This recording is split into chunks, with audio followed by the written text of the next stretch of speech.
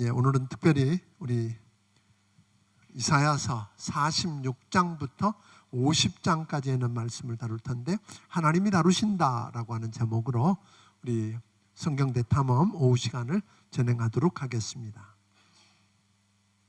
46장은 이미 오늘 낮 시간에 대체적으로 다루었습니다. 그래서 여기서 다루진 않겠지만 간략하게 요약해 보면, 사람들에 의해서 만들어진 우상 숭배 만들어졌고, 그리고 우상 숭배자를 품에 안겨 다니고 짐짝이 되어서 함께 끌려가는 바벨론 우상의 허무함, 그리고 그의 백성을 지으시고 품에 안고 등에 업고 다니시면서 구원을 시온에 베풀겠다고 하신 하나님의 능력을 서로 뭐하고 지금 둘로 비교하고 있는 모습을 우리가 보게 됩니다. 그래서 하나님이 5절에서 너희가 나를 누구에게 비기며 누구와 비교하여 서로 같다 하겠느냐, 그렇게 이야기하거든요. 또 9절에서도 하나님은 이렇게 자기 스스로 선포합니다. 9절 같이 한번 읽어봅니다. 시작.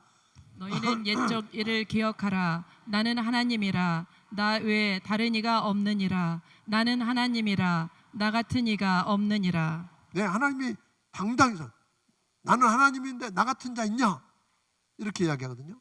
누구하고 비교할 거야? 라고 이야기합니다. 그러니까 마음이 완악하여서 의에서 멀리 떠난 패역한 자들이지만, 그럼에도 불구하고 12절에 보니까 그럼에도 불구하고 내가 말했으니까 말한 그대로 내가 나의 영광인 이스라엘을 위하여 구원을 시온에 베풀리라 하고 하시는 거죠. 그러니까 내가 말했으니까 뭐한다? 속히 시행하겠다. 그러니까 하나님은 애언하고 그 애언된 그대로 뭐 하시는 분이에요?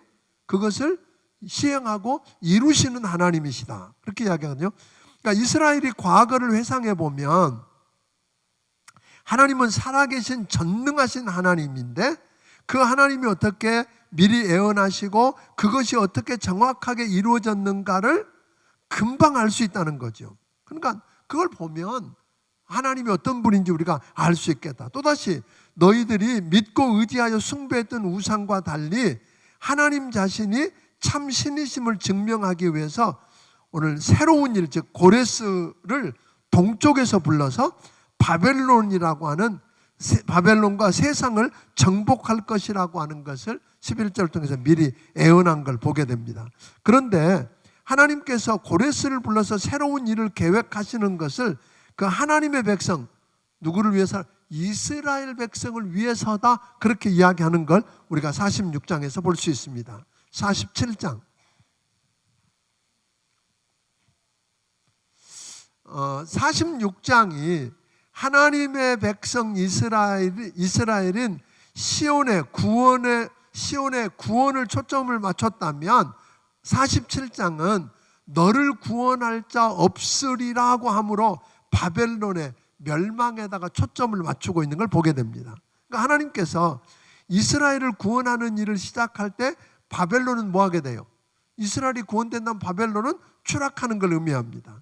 그러니까 여기서는 바벨론의 멸망과 이스라엘의 구원과 귀향을 예로 들면서 하나님의 절대적인 능력과 하나님의 백성인 이스라엘을 향한 끊임없는 하나님의 사랑을 강조하고 있다. 그런데 여기서 바벨론의 멸망을 이야기하면서 바벨론을 처녀라고 일컬어지는 이유는 뭘까? 바벨론이 처녀 딸로 불리워지는 이유는 아직 그 나이가 젊고 어여쁘고 흠모의 대상인 여자 왕이고 여주인 노릇을 하는 공주였기 때문이다. 요한계시록 18장 7절 8절 한번 읽어볼까요? 요한계시록 18장 7절 8절에서 바벨론을 묘사하는데 이렇게 묘사합니다. 같이 읽어봅니다. 그가 얼마나 자기를 영화롭게 하였으며 사치하였든지 그만큼 고통과 애통함으로 갚아주라. 그가 마음에 말하기를 나는 여왕으로 앉은 자여 과부가 아니라 결단코 애통함을 당하지 아니하리라 하니, 그러므로 하루 동안에 그 재앙들이 이르리니 곧 사망과 애통함과 흉년이라. 그가 또한 불에 살라지니 그를 심판하시는 주 하나님은 강하신 자이심이라. 그러니까 그 황당하던 바벨론이 뭐였다고요? 무너졌다, 그렇게 이야기하거든요. 그런데 그 무너졌기 때문에 보좌가 없으니까 땅 티끌 위에 앉고 곱고 아리따운 말을 듣지, 아리따다는 말도 못 듣고 상류층이 들어 사용하던 너울도 벗고 신분을 상징하던 김치마도 벗고 다리를 드러내고 농지에 물을 대기 위해서 하천에서 일하며 맷돌을 돌려야 하는 노예 신세가 되어버렸다. 그러니까 공주요, 여주인이요, 여왕 같은 바벨론이 신세가 이렇게 변했다고 이야기합니다. 계시록 14장 8절에서도 무너졌다 하고 이야기하는데, 오늘날의 바벨론은 하나님 나라를, 오늘날의 바벨론은 어딜까? 하나님의 나라를 부정하며 대항하는 무신론적인 세속주의를 의미한다고 할 수 있을 겁니다. 그러니까 전에 포로가 되어서 끌려갔던 이스라엘은 구원을 얻고 영원히 여주인이 되리라 하고 끌고 가서 괴롭히던 바벨론은 멸망을 당함으로 역전의 순간이 온다, 그런 거예요. 우리 인생에 역전이 있을까요, 없을까요? 있다는 거예요. 그러니까 이스라엘에 하나님이 그렇게 될 것이라고 말씀하셨기 때문에 하나님은 우리의 속량자로 만군의 주로 이스라엘의 거룩하신 하나님으로 무한한 능력을 가지신 전능자이기에 하나님이 작정하시면 세상의 가장 막강한 세력이라도 이렇게 순식간에 허물어뜨리고 역전시킬 수 있다. 그러니까 역전은 누가 시켜요? 하나님이 시키신다 하는 그런 거죠. 그렇다면 왜 바벨론이 이런 하나님의 심판을 당해야 하는가? 하나는 그들의 아까 이야기했던 것처럼 그들의 사치스러운 음행, 그들의 사치스러움과 음행 때문이고, 또 하나는 그들 교만 때문이었어요. 아까 뭐라고 했죠? 나는 과부로 지내지도 아니했고 자녀를 잃어버린 줄도 모른다. 그러니까 이 말은 나는 전쟁에 절대로 패하는 일도 없다고 하는 자만심, 자신은 자기 군대를 믿고 영영이 여주인으로 칭함을 받을 거라고 그랬습니다. 그리고 나뿐이, 아까 하나님이 했던 말을 똑같이 하는 거예요. 나뿐이라 나 외에는 없다. 아까 하나님이 뭐라고 했어요? 나 외에는 없다 그랬는데 바벨론이 그 말을 그대로, 즉 다시 말하면 하나님만 하실 수 있는 일을 내가 할 수 있다고, 하나님 자리에 앉아서 하나님 노릇하겠다고 하는 거죠. 그리고 그들은 구원해 주지 못하는, 오히려 뭐가 짐이 되는 우상 숭배를 했기 때문에, 그러니까 바벨론의 특징은 우상 숭배였습니다. 마지막으로 그들은 하나님께서 하나님의 백성들이 우상 숭배하고 범죄하니까 노하셔서 바벨론의 손에 붙여서 뭐 하려고 그러세요? 징계하셨던 거예요, 이스라엘. 그런데 하나님이 기대한 것보다 더 때리고 멍에를 더 무겁게 하고 긍휼히 여기지 않았다는 거예요. 그러니까 하나님은 하나님의 백성이 잘못할 때 뭐 하실 수 있어요? 다른 걸 막대기 삼아서 징계하실 수는 있어도 하나님이 자기 백성의 행한 대로 갚으시는 분. 그러니까 여러분 자식이 잘못해서 누구더러 좀 혼내주라 그랬는데 과도하게 혼내면 여러분 화 안 나요, 안 나요? 그런 식인 거예요. 그러니까 바벨론을 시켜서 야 좀 혼내, 돌아오도록 혼내봐 그랬더니 뭐예요? 그냥 혼내는 게 아니라 너무 하나님의 기대보다 더 넘치게 했다고 하는 거죠. 그래서 하나님께서 바벨론을 심판하시기 시작합니다. 내가 믿고 의지했던 점술, 주술, 마술, 온갖 우상들, 그런 것들이 전혀 효력을 발하지 못하고 전혀 도움이 되지 못할 거다. 네가 믿고 의지했던 게 도움 못 되고, 그러면서 이야기합니다. 오랫동안 친구였던 자요, 평소에 친절했던 자들도 모두 뒤도 돌아보지 않고 떠나갈 것이다. 너를 구원할 자가 없을 거다. 이게 비극이에요. 죽을 자리에 임했는데 여러분 도와줄 분 있으세요? 죄송합니다. 한번 묻고 싶어요. 여러분 죽을 자리에, 정말 죽을 것 같은 위기를 만났을 때 여러분 도와줄 분 있으세요?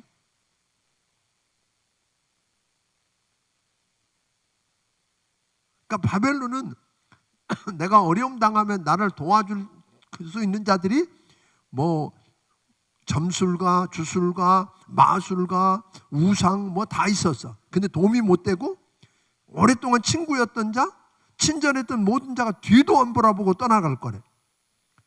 그래서 마지막에 홀로 가야 돼.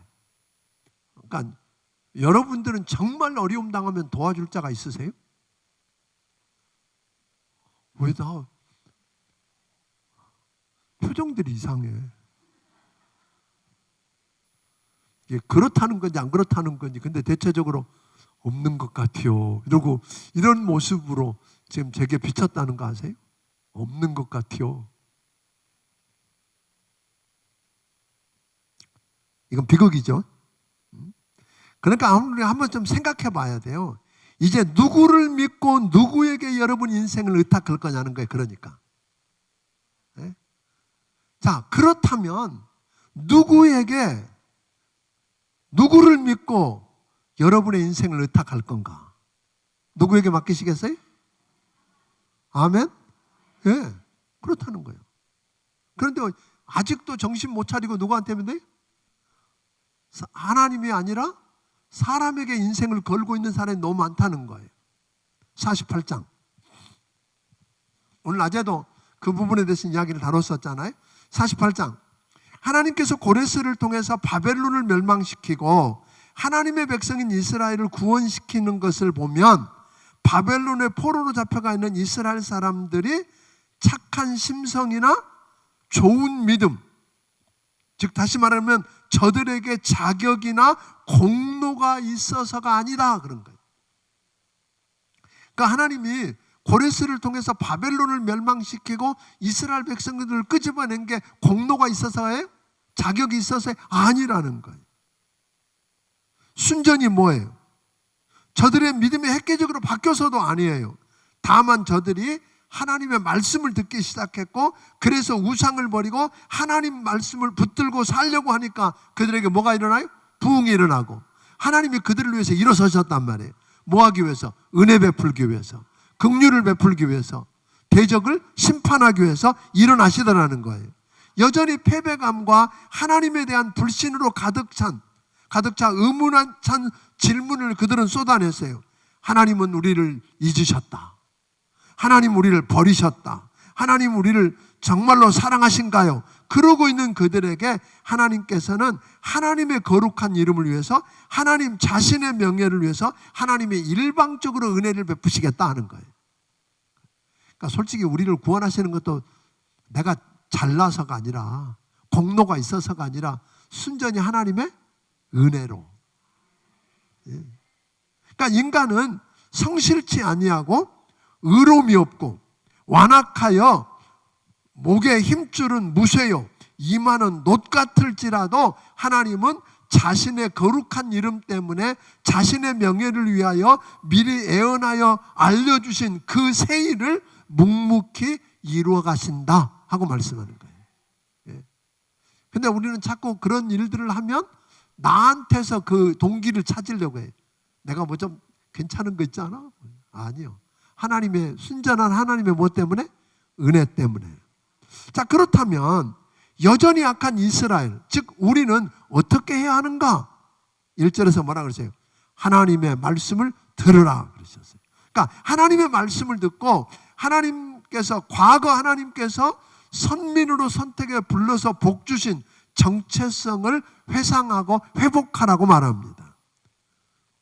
우리는 야곱의 집이요 이스라엘의 이름으로 일컬음 받는 자고 거룩한 백성이라 칭함을 받은 자고 여호와 이름으로 맹세한 자들, 즉 하나님의 백성인 이스라엘에게만 주신 것들을 기억하고 내가 누군지, 얼마나 대단한 자들인지 알고 그것에 합당한 삶을 살고 있는지 묵상해보자. 우리 지난 주일, 이번 주 계속해서 우리의 정체성에 관한 이야기를 했었잖아요. 내가 누구냐 이 말이에요. 내가 얼마나 대단한지. 그러니까 우리는 이제 어떻게 살아야 하는가 하는 문제들을 이야기했었는데, 자, 옛적 일, 즉 하나님께서 미리 말씀하시고 그렇게 되게 해주신 은혜와 축복을 체험하고도 자신이 만든 우상이 한 것으로 생각하는 어리석은 믿음을 가진 자들이 있다, 그렇게 이야기합니다. 그러니까 미래 우상과 다른 점이, 하나님이 우상과 다른 점이 뭐세요? 미래를 예언하고 예언한 그 일들이 그대로 성취하고 이루시는 분이 누구다? 하나님이시다. 그런데 그렇게 하는데, 하나님이 하셨는데 누가 했다고 그래요? 우상이 했다고 그러고 이렇게 이야기하는 자들이 여전히 있더라 하고 있는 거죠. 그럼에도 불구하고 이스라엘이 들어보지도 못했고 상상할 수도 없는 그동안 해오던 일과는 다른 새 일을 할 것이라고 우리 하나님 예언하십니다. 하나님께서 주시는 예언의 삶은 미래에 대한 확신을 가지게 하는 게 목적이 아니에요. 그러니까 하나님께서 미래의 것들을 예언하시는 이유가 뭐예요? 미래 것들을 알게 하려고 그럴까요? 우리에게? 아니요. 미래 예언한 것을 보여주고 그것을 그대로 성취하시는 여호와 하나님이 진정 믿고 신뢰할 수 있는 하나님이라고 하는 걸 증명해 보이시고 싶은 거예요. 미래를 알려고 하는 게 아니라 예언한 미래를 말씀하신 그대로 이루실 수 있는 분이 누구다? 하나님이시다. 그 하나님을 신뢰하고 믿도록 하려고 하신 거라는 거죠. 그러니까 하나님께서 보여주겠다는 새 일은 무엇인가? 먼저는 저들의 기대대로 저들 가운데 이스라엘을 구원할 자로 보내주시는 것이 아니라 자기들이 생각할 때는 자기들 가운데 하나를 뽑아가지고 할 줄 알았는데 이방인인 페르시아 제국의 고레스 왕을 통해서 이스라엘을 구원하시겠다고 그러는 거예요. 그것도 이스라엘 때문이 아니에요. 저들이 잘해서가 아니라 하나님 자신의 명예 때문에 저들을 구원하시겠다고 이야기합니다. 왜 하나님께서 하나님의 백성을 연단할까요? 오늘 낮에도 잠깐 이야기했는데 왜 하나님께서 하나님의 백성을 연단한다 그랬어요? 시련은 하나님의 분노의 표시일까요? 사랑의 표시일까요? 아멘. 그러니까 우리는 종종 여러분과 나를 연단하고 시련을 주시는 이유를 하나님이 나한테 지금 화가 나 있다. 그래서 나를 지금 망하라고 죽으라고 그러시는 것 같아. 그게 아니라 그것은 하나님의 분노의 표시가 아니라 뭐라고요? 사랑의 표시예요. 그것을 통해서 나를 그냥 아무데나 굴러다니는 돌덩어리가 아니라 다이아몬드로 쓰고 싶으셔서, 그냥 금덩어리가 아니라 순금으로 쓰고 싶으셔서. 믿습니까? 그러니까 우리가 혹독한 시련을 통해서 죽을 것 같고 숨도 제대로 쉴 수 없을 것 같지만 그걸 다 통과하면 전혀 다른 인생이 된다 그런 거예요. 전혀 다른 인생이. 왜 그래요? 불량품. 그래서 대충 쓰여질 수 있는 것이 연단을 통하고 나면 뭐예요? 정품이 되고. 아멘? 그러니까 용도가 달라져. 용도가. 그러니까 여러분들이 그걸 통과하고 나면 쓰여짐 받는 용도도 달라지고 폭도 달라지는 거예요. 그러니까 연단할 때는 우리가 베드로가 그런 이야기 하잖아요. 시험 당할 즈음에 뭐예요? 피할 길을 내시는 분이지만 동시에 우리가 시험 당할 때는 우리가 이상한 일 당하는 것처럼 여기지 말라 그랬어요. 왜? 그걸 통해서 나를 뭐예요? 연단하시고, 그래서 나만 쓰여질 수 있는 벌써 용도를 바꾸고 폭도 다르게 해서 나를 통해 일하실 분이기 때문에 그렇습니다. 그러니까 또 하나는 하나님은 나를 순금 진짜로 만들어 가지고 하나님의 영광만을 위해 살게 하려고 뭘 주신다? 연단하신다. 시련을 주신다 그런 거예요. 또 낮에 그런 이야기 했어요. 시련을 주실 때는 분명히 불구덩이에 들어가라고 그러는데 하나님이 나만 내 뒷등어리를 발로 차갖고 띠 밀어놓고 마르시는 하나님 아니라 이 말이에요. 사드락과 메삭과 아벳느고가 불구덩이 속에 들어갈 때 하나님이 저들을 안고 들어갔단 말이에요. 등에 업고 들어갔단 말이에요. 아멘? 그러니까 하나님이 그런 고난을 안 당하게 하시는 하나님이 아니라 하나님이 뭐예요? 그걸 통과해야만 내가 제대로 된 사람 되니까. 그래서 이걸 알았던 욥은 뭐라 그랬어요? 주께서 단련하신 후에는 내가 정금같이 되어 나오리라. 이걸 하나님이 정금으로 만들고 싶으시니까, 순금으로 만들고 싶으시니까 통과해야 하는데 홀로 등 떼미는 게 아니라 하나님이 뭐한다? 나를 안고 가신다. 등에 업고 가신다. 그분이 함께 가시니까 죽지 않아요. 그러니까 거기 통과하는 건 하나님 나 죽으라고 미루는 거 아니에요. 오해하지 않기를 주의 이름으로 축원합니다. 그러니까 오늘 여기 있는 말씀들을 보면 하나님께서 하시겠다고는 새 일은 그냥 고레스를 통해서 바벨론에서 이스라엘을 구원하는 일 정도가 아니라 온 인류를 죄와 사망에서 원수 마귀에게서 자유하게 하고 하나님을 믿고 그에게 피하는 모든 자가 구원받고 회복되게 하려고 메시아를 보내겠다는, 아멘.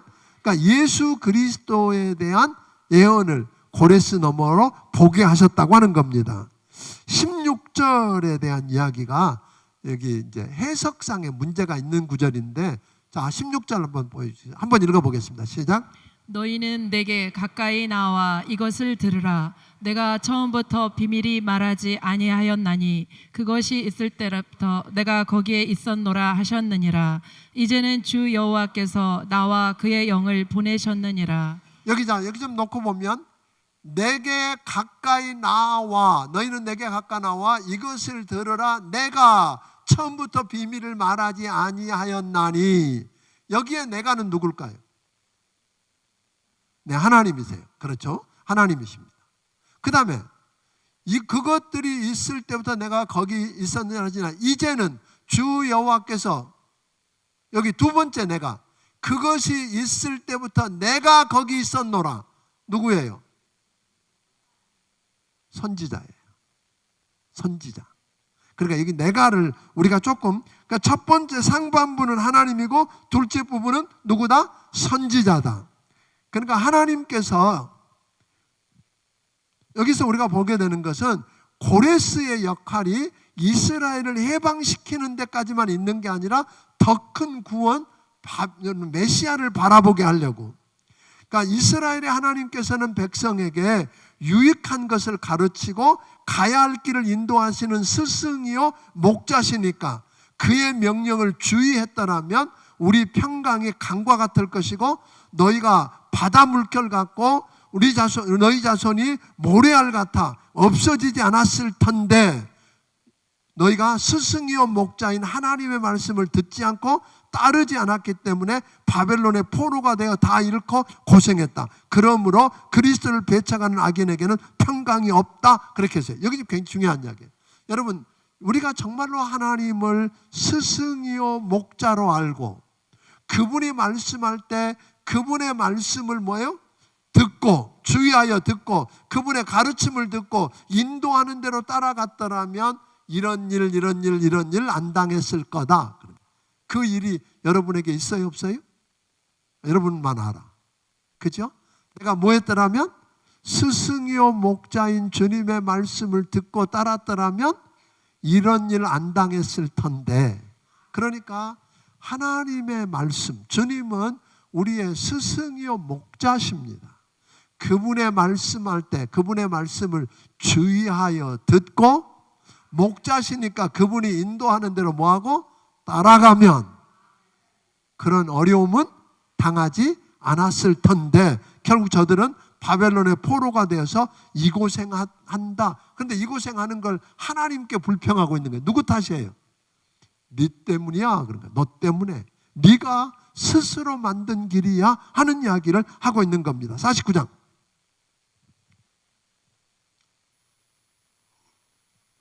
49장부터는 바벨론 포로에서 해방되는 메시지가 앞으로 계속되긴 하지만 고레스나 바벨론에 대한 언급이 거의 안 나옵니다. 대신 여호와의 종, 즉 메시아의 사역이 중점적으로 부각되는 걸 보게 됩니다.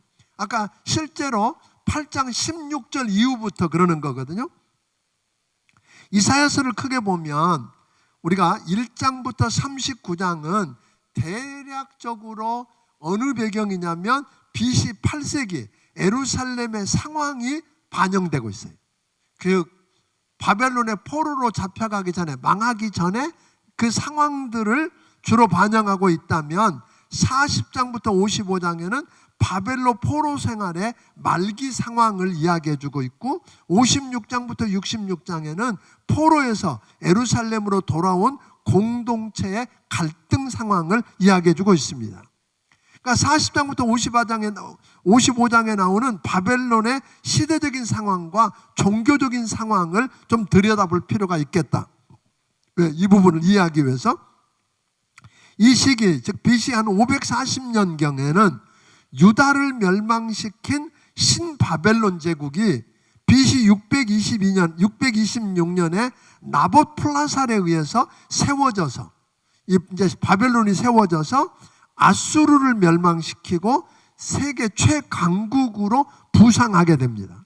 바벨론 제국의 최전성기는 느부갓네살 왕 때예요. 그 느부갓네살 왕이 한 40년 동안 왕위에 있으면서 많은 지역을 정복하고 BC 586년 예루살렘을 무너뜨릴 때 되면, 그러니까 예루살렘을 무너뜨리고 그 백성을 바벨론 포로로 끌고 왔을 때가 어쩌면 위상의 최정점이었을 거예요. 그러니까 바벨론의 전성기였는데 그 왕들이 계속 교체되면서 몰락의 길을 걷습니다. 그러다가 나보니두스라고 하는 사람이 반란을 일으켜서 마지막 바벨론 왕에 등극하는데, 나보니두스는요, 그 바벨론의 최고의 신을 우리가 낮에 이야기했었어요.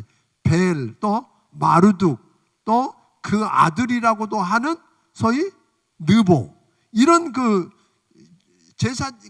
신들을 있었는데, 나보니두스가 왕이 되면서 뭐라 그러냐면 마르둑이 아니라 대신에 sin, 신, 그러니까 죄라고 하는 그런 죄가 아니라 그 신이라고 하는 우상을 바벨론의 최고 신으로 등극시키면서 마르둑 제사장들하고 극한 대립을 하기 시작해요. 그러니까 거기 있으니까 귀찮으니까, 여러분 다니엘서에 나오는 벨사살이 그 아들이거든요. 벨사살에게 바벨론을 맡기고 자기는 10년 동안 거기를 떠나서 아라비아의 산업 중심지인 테마에 거하게 돼요. 민심이 이반되고 페르시아 고레스의 위협이 다가올 때 이제 나보니두스가 바벨론으로 돌아오긴 해요. 만회해 보려고 하는데 BC 539년에 바벨론의 부패와 혼란으로 그 안에, 바벨론 땅 안에 친페르시아 사람들이 있었어요. 나눠진 거예요. 누구로부터? 바벨론을 해방시켜 줄 사람이 왔으면 좋겠다 이러면서 저들이 그 성문을 열어놓고 결국은 뭐예요? 무혈 입성을 하게 돼요. 그런데 이 이야기들은 언제 예언한 거예요? 하나님이 이사야 선지자를 통해서 예언했던 일들이란 말이에요. 그렇게 해서 BC 539년에 페르시아의 고레스라고 하는 왕이, 지난 시간에 이야기했지만 페르시아 고레스는 뭐 큰 나라가 아니어서, 페르시아라는 작은 나라가 그 어머니의 나라였던 메대를 흡수하고 함께해서 이 바벨론을 쳐들어갔는데, 그 사람들이 문을 열어놓고 만세를 부르면서 환영했어. 그러니까 무혈 입성을 하게 되는, 그렇게 한 다음에 소위 페르시아 제국의 고레스 왕이 이스라엘 백성들을 해방시키죠. 고국으로 돌아가서 무너진 성전을 다시 짓고 하나님을 예배하고 섬겨라 하고 하는 일들. 그 당시에 바벨론의 종교 상황을 보면 아까 이야기했던 것처럼 바벨론의 수호신인 벨과 마르둑, 그 느보는 그의 아들이었었는데, 이 신들이 세계에서 가장 강하고 우수한 신이라고 인정받았어요. 왜냐하면 낮에 이야기한 것처럼 전쟁에 이기면 그 장군이 이겼다는 게 아니라 누가 이겼다? 그 신의 이름으로 가서 이겼기 때문에 신들과의 전쟁이라고 여겼던 거예요. 그러니까 바벨론이 계속 전쟁에서 이겼지만, 그러니까 그 때문에 바벨론의 신 벨과 마르둑과 느보는 당연히 최고 강하고 위대한 신이라고 일컬어졌지만, 바벨론이 예루살렘을 정복하고 그 성전을 불태우고 그리고 수많은 사람들을 끌고 가요. 그리고 성전에서 썼던 기구들을 다 마르둑 신전에다 갖다 넣어놓는 거예요. 그러니까 마치 그때 오늘 낮에 이야기한 것처럼 하나님의 교회를 우리가 갖다가 신전에다 넣어놓고 그 신 앞에 두었던 것처럼 그렇게 할 수 있을까로 생각한 거잖아요. 자, 그런데 이런 상황 가운데서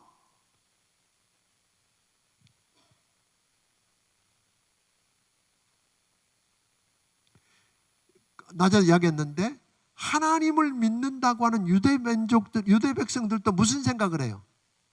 하나님도 누구한테 졌다? 벨이나 마르둑한테 졌다.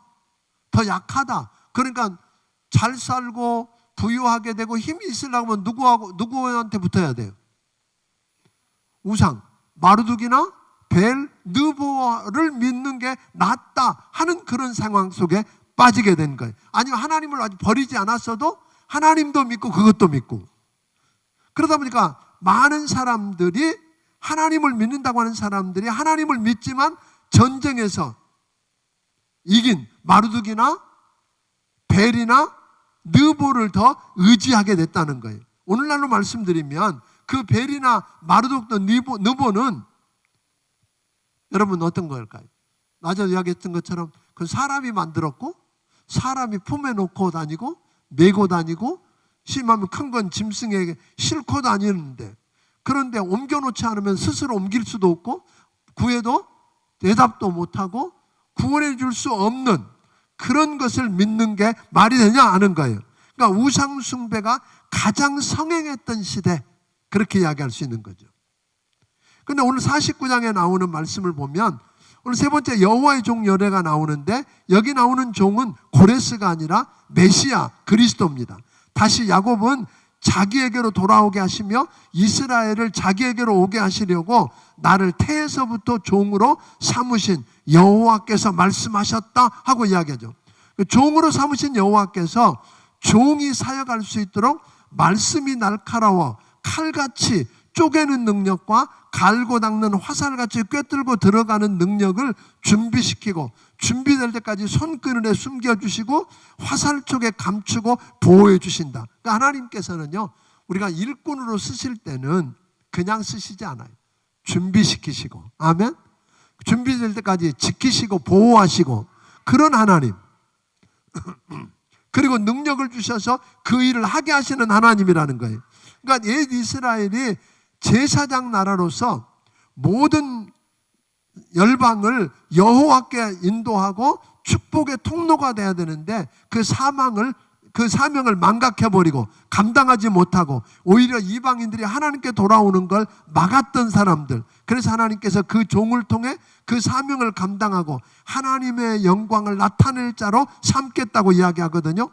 종의 성공은 하나님의 능력이 함께 하느냐에 달려. 그러니까 종은 아까 이야기했지만 이제 그 메시아뿐 아니라 하나님의 종으로 일하는 사람들은 하나님에 의해서 뭐가 필요해요?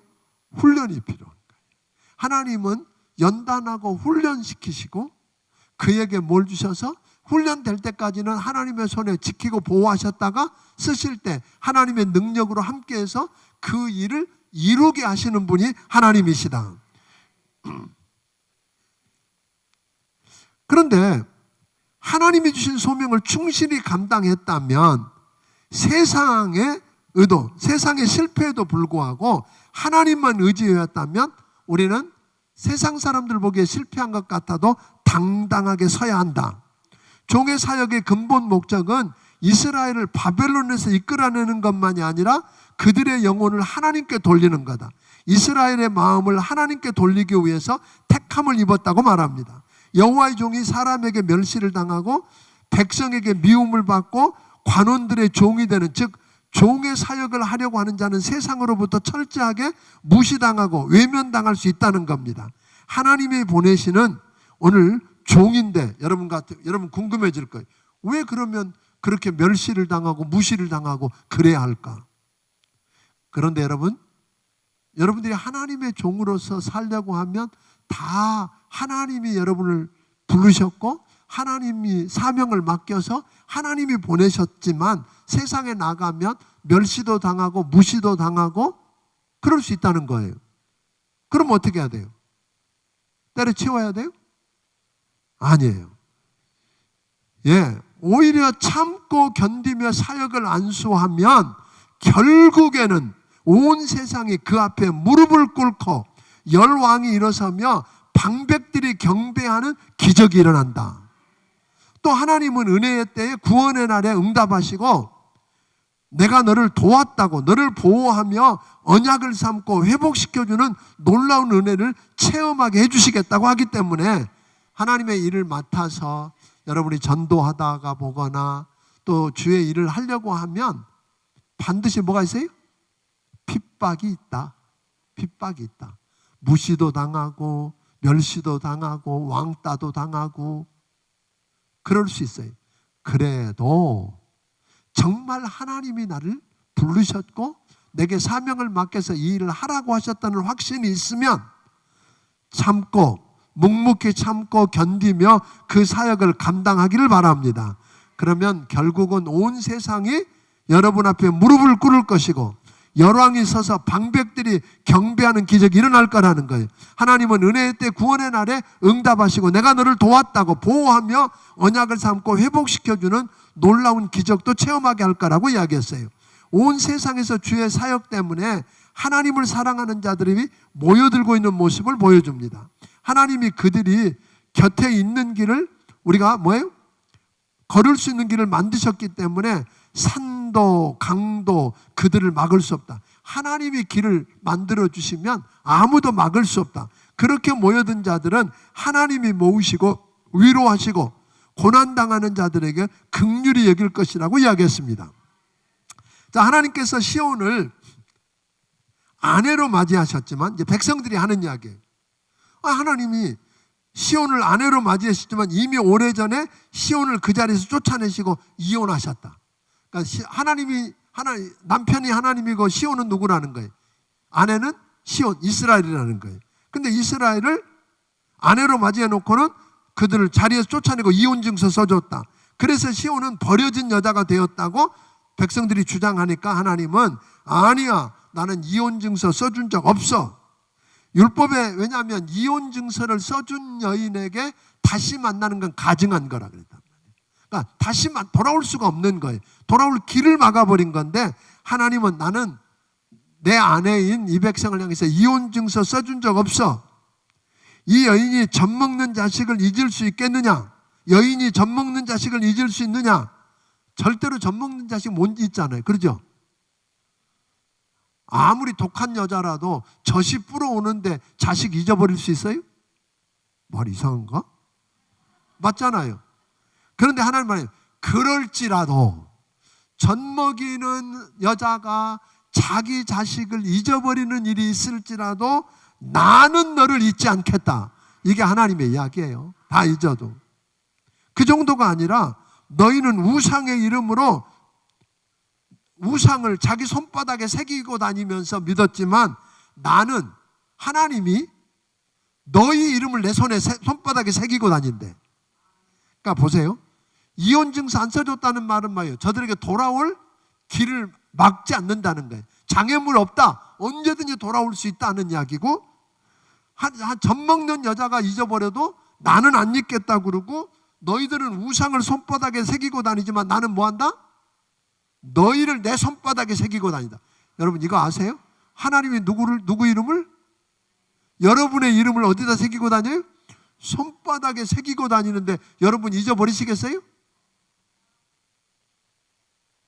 안 잊어버리신다니까. 손바닥에 새겨놓고 누구 이름을? 정말로 확실하세요? 믿는 여러분의 이름을 하나님의 손바닥에 새겨놓고 지켜보고 계신다는 거예요. 그러니까 나는 너희를 잊은 적이 없다. 잊을 수도 없다. 나는 너희를 사랑한다. 버리지 않는다. 십자가 봐라. 십자가 보면 내가 너희를 얼마나 어떻게 사랑했는지 알 수 있지 않느냐. 여러분 십자가를 볼 때마다 하나님이 나를 얼마나 어떻게 사랑했는지를 확인할 수 있으세요? 정말로요? 그러면 하나님이 나를 그렇게 사랑하신 걸 알면 감동이 있어요, 없어요? 근데 십자가 보고도 아무 감동이 없다. 그러면 내게 좀 문제가 있는 거예요. 십자가는 다른 거 아니에요. 하나님이 나를 얼마나 어떻게 사랑하는지를 증명해 보인 거란 말이에요. 증명해 보인 거예요. 하나님의 손바닥에 내 이름을 썼다. 나는 잊지 않는다.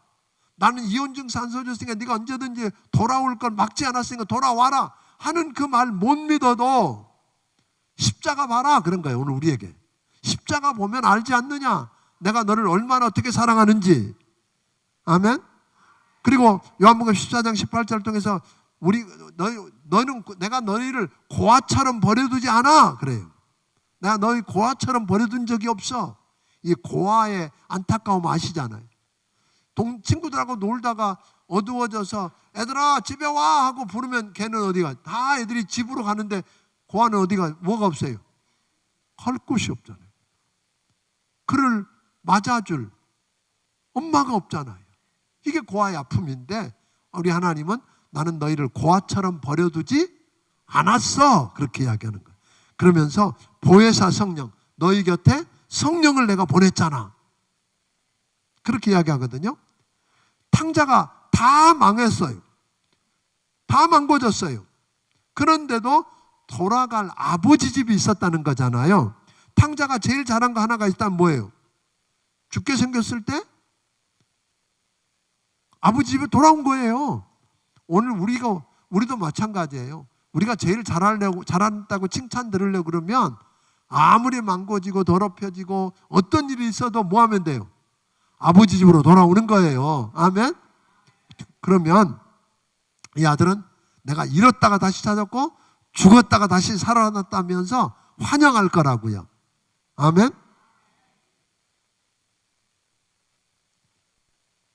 그러니까 하나님께서는 폐허가 된 예루살렘 성벽이 재건될 것이라고, 흩어졌던 모든 사람들이 돌아와서 그 나라를 재건하고 회복시키고 원수들이 떠나가고 그 땅이 번성할 것을 약속해 주셨어요.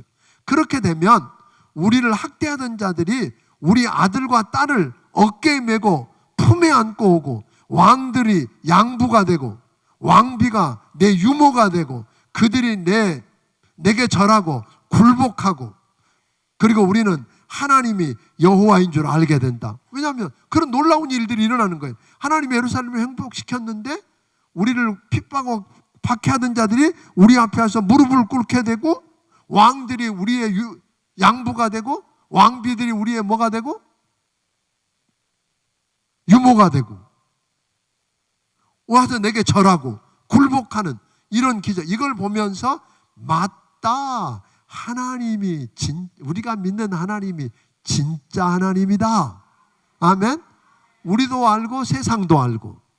오늘 이런 일들, 여러분에게 하나님이 하신 일들을 보면서 여러분 그런 적이 언제 있으세요? 맞아, 내가 믿는 하나님이 진짜 하나님이야. 그래 본 적 있으세요? 여러분 어떤 사람에게 일이 일어나는 걸 보고 야, 제가 믿는 하나님이 진짜 하나님이다. 엘리야가 하는 일을 보고 백성들이 뭐라 그랬어요? 850대 1로 싸워서 그 불이 내려서 이기게 하는 일을 쓴 다음에 저들이 하는 이야기가 이런 거예요. 네가 믿는 하나님이 진짜 하나님이다. 응? 여러분 집에서 믿는 거 반대하고 박해하던 사람들이 여러분에게 그런 말 했으면 얼마나 좋을까요? 네가 믿는 하나님 뭐다? 진짜 하나님이다.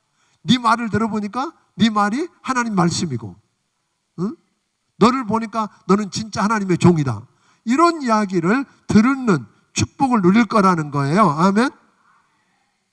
그러니까 하나님을 바라는 자는 수치를 당하지 않을 것이랍니다. 하나님이 적들에게 잡힌 이스라엘 포로를 빼앗아 오실 것이고 그들이 빼앗아간 전리품도 빼앗아 오는, 힘이 더 없으면 그게 불가능하잖아요. 근데 감히 하나님과 뭐 할 자가 없다는 거예요. 맞설 자가 없고 여호와만 우리의 구원자시고 전능자이심을 알고 선포하게 될 거라는 거죠. 50장.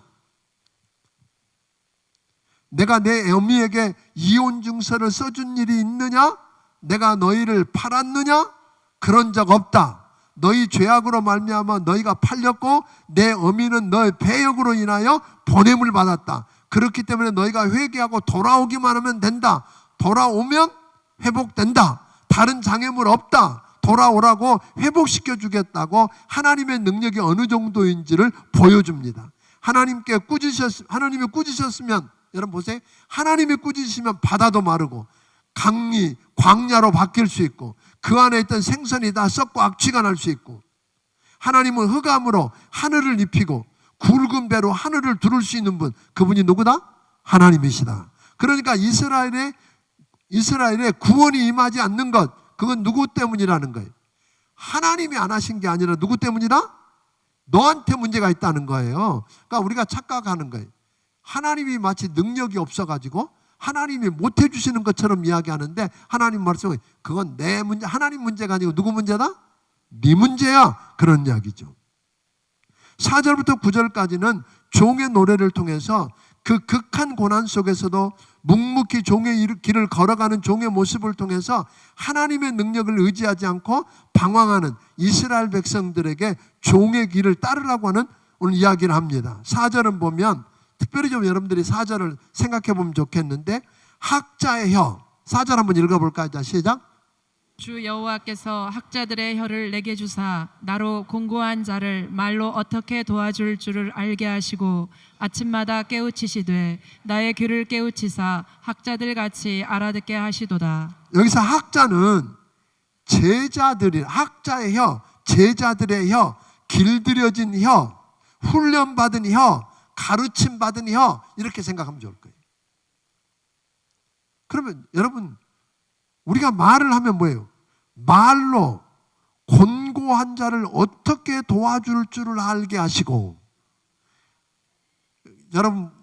여러분이 말하면 곤고하고 상처받고 힘든 사람들이 위로를 받고 용기를 갖고 힘을 얻고 일어납니까? 아니면 멀쩡하던 사람이 풀이 죽고 기가 죽습니까? 이게 이런 얘기예요. 그러니까 학자처럼 말을 하려면 학자처럼 알아들어야 돼. 귀가 훈련돼야 돼. 귀도 훈련돼. 학자처럼. 귀가 훈련되지 않으면, 귀가 열리지 않고 학자같이 알아들을 수 없으면 우리는 학자같이 말할 수가 없는 거예요. 그러니까 여러분, 하나님 말씀 들어야 돼. 아멘? 그때 기도해야 돼. 성령님, 이 말씀 깨닫게 해주세요. 그래서 그 말씀이 깨달아지고, 그리고 말씀이 들려져야 그 말로 하나님 말씀을 해야 곤고한 자들이 내가 말한 것 때문에 뭐 해야 돼요? 위로를 받고 힘을 얻고 일어서야 되지. 그러니까 우리가 정말로 말 조심해야 돼. 말 조심. 그러니까 교회에서 말만 조심하면 교회 문제될 게 하나도 없어. 돈 그렇게 말을 전해요. 아무리 이 사람하고 친해도 이 말하면 이 사람 상처받을 거 뻔히 아는데 그걸 왜 전해요? 왜? 너 알아? 얘가 그러더라? 아니, 그래서 그 말을 해서요. 그게 사실인지, 사실이라도 그게 덕이 되는지, 지금 해야 될 말인지 생각하고 이 말을 해야지. 생각도 안 하는 게, 그러니까 훈련이 안 되어 있단 말이에요. 길들여지지 않았다 이 말이에요. 제자의 혀가 아니라 이 말이에요. 그러니까 내가 말로, 곤고한 자를 말로 어떻게 도와줄 줄을 알게 하시고, 말로 해서 다른 사람이, 용기를 잃던 사람이 용기를 갖고 힘을 얻게 만들어주고, 아멘? 상처받은 사람이 위로를 받고, 아멘. 그리고 좀 마음이, 얼굴에 활기를 띠게 만들어, 이래야지. 내가 말을 해갖고 화가 나서 씩씩거리고 기가 죽어서 풀이 죽고 이러면 안 된다 이 말이에요. 그러기 위해서는 먼저 말씀을 들을 수 있기를 주의 이름으로 축원합니다. 하나님 말씀 열심히 들어야 돼. 그리고 그 말을 그대로 전하기를 바랍니다. 하나님의 종은 항상 하나님께 복종하지만 그 외의 경우에도 어떤 순환에도 굴하지 않고 당당하게 맞설 수 있어야 돼요. 하나님께 복종하지만 여러분, 하나님의 종은 세상에 아까 이야기했지만 무시하고 멸시하고 우리를 핍박할 수 있어요. 그때 당당하게 맞설 수 있어야 돼요. 왜냐하면 나를 보내신 분이 누구예요? 하나님이시니까 그 일을 감당할 수 있는 힘을 주실 분도 누구예요? 하나님이시라 이 말이에요. 그럼 그걸 감당하면, 우리가 버티고 견디면, 좀 있으면 이렇게 파랗게 나 있는 나무들이 다 옷 벗고 죽은 것 같이 몇 달 갈 거거든요. 그 죽은 줄 알고 끝난 줄 알면 안 돼요. 그 한 두 달 버티고 견디면 어떻게 해요? 또 새싹이 나고 자라는 거예요. 그러니까 버티고 견디고 감당하면 그들이 여러분 앞에 무릎 꿇게 하는 일들이 일어날 거라는 것입니다. 그때 나를 의롭다 하시니가, 오늘 바울은 그렇게 할 수 있는 이유는 뭐냐면 8절에 보니까 나를 의롭다 하시니가 가까이 계신다. 그러니까 그분이 가까이 계시고 또 주 여호와께서 나를 도우실 것이라. 그러니 누가 정죄할 거냐 그런 거예요. 로마서 8장 31절에서도 하나님이 나를 위하시면 누가 나를 대적하겠느냐, 이런 확신이 있어야죠. 그러므로 종은 어둠 속을 거닐지라도 믿음으로 걸어가라는 권면이 주어지는 거예요. 아멘. 믿음으로 당당하게 걸어가면, 여호와 하나님을 의지하면 흑암에 거할지라도 흑암에 여러분과 내가 좌우되지 않을 거라는 것입니다. 아멘. 그러므로 누가 여호와를 의지할 것이냐고 묻는 거예요. 누가 여호와를 의지하지 않겠느냐는 거예요. 여러분, 누구를 의지하시겠습니까? 하나님? 아멘. 예. 그저 사람이 만들어서 품에 넣고 다니기도 하고 짊어지기도 하고, 그래서 어디 옮겨놓으면 꼼짝도 못하는 우상이 아니라 여러분과 나를 안고 가시고 품에 안고 가시고 등에 업고 가시는 그 하나님, 그 하나님을 의지하시기를 바랍니다. 아멘. 그 하나님께 맡기면 갈만합니다. 이사야서는요 구약인데요 복음서 같아. 점점 이제 다음 주에도 다루게 될 말씀은 51장부터 55장까지 보면 아주 복음 중에 복음이 나옵니다. 복음 중에 복음이 이 속에 나오는데, 여러분들이 이번 한 주간 한 장 한 장씩을 읽을 뿐 아니라 그대로 이 대탐 책을 가지고 풀어보시고 묵상하고, 그리고 조금 시간이 더 있거든.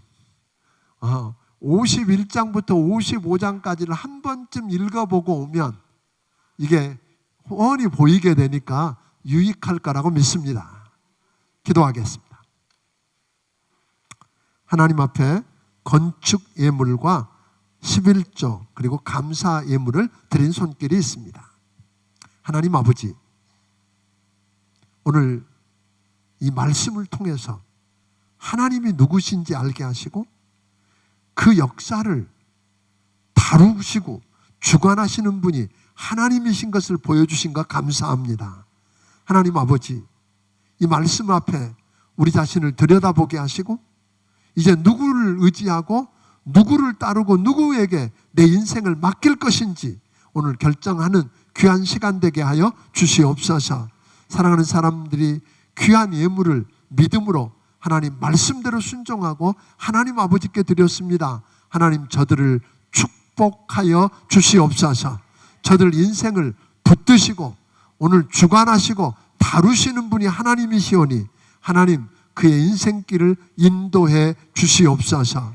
이제는 우리 주 예수 그리스도의 크신 은혜와 하나님 아버지의 무한하신 사랑과 성령님의 감화 감동하시고 역사하시며 교통하심이 오늘 여기 머리 숙인 모든 심령들 위해 함께 해주시기를 예수님 이름으로 축원하옵나이다. 아멘.